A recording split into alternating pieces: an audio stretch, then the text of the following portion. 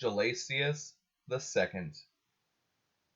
When Conrad of Salzburg, a gallant fighter for reform, heard that John Caniulo had become Pope Gelasius II, he cried out, "Among the cardinals a worse choice could not have been made than John. But there may be some virtue in Gelasius." Few suffered so much in so short a time for ecclesiastical liberty as Gelasius II. John Caniulo was born of noble parents at Gaetia. He became a monk at Monte Cassino, but Urban II brought him to Rome to serve as chancellor.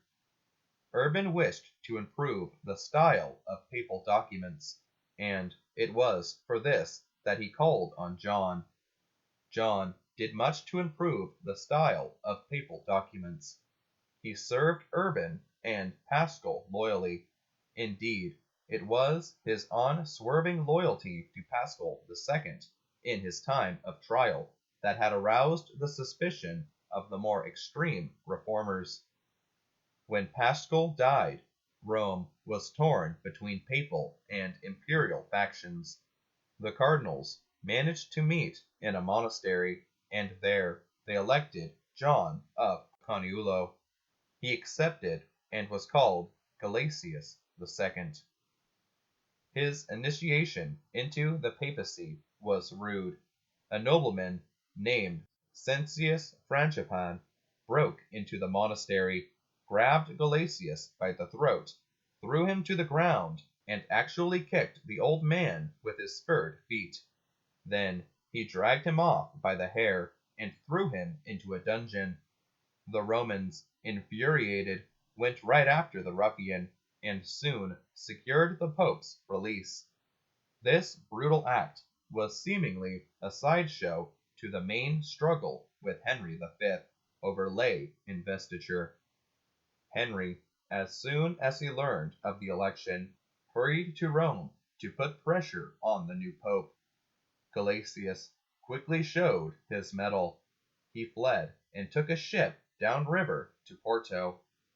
The Germans chased the pope and fired arrows at his ship. Unable to get to sea because of a furious storm, the old pope left his galley and made his painful way to the castle of Ardea, 30 miles distant. There followed a grim game of hide and seek, as the Germans scoured the countryside. But Gelasius gave his pursuers the slip, got back safely on his ship, and sailed away to Gaetia. There he was ordained priest on March 9th, and bishop the next day. When Henry set up Maurice, Archbishop of Braga, as antipope, Gelasius excommunicated Henry and his idol. The Normans helped Gelasius get back to Rome, but could not clear the city of the antipope's forces. Gelasius was chanting vespers in the church of St. Praxede when the Frangipani burst in.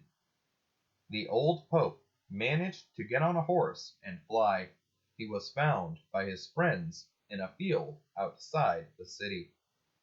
Disgusted with Rome, he left for France. After consecrating the new cathedral at Pisa, he reached France safely, and there was treated royally. Gelasius worked hard, but his health was shattered. When he realized that he was dying, he asked to be carried to the monastery of Cluny, and there, in that wellspring of reform, the gallant Gelasius II died on January 29, 1119. Gelasius II, 159th Pope. Christ our King, thy kingdom come.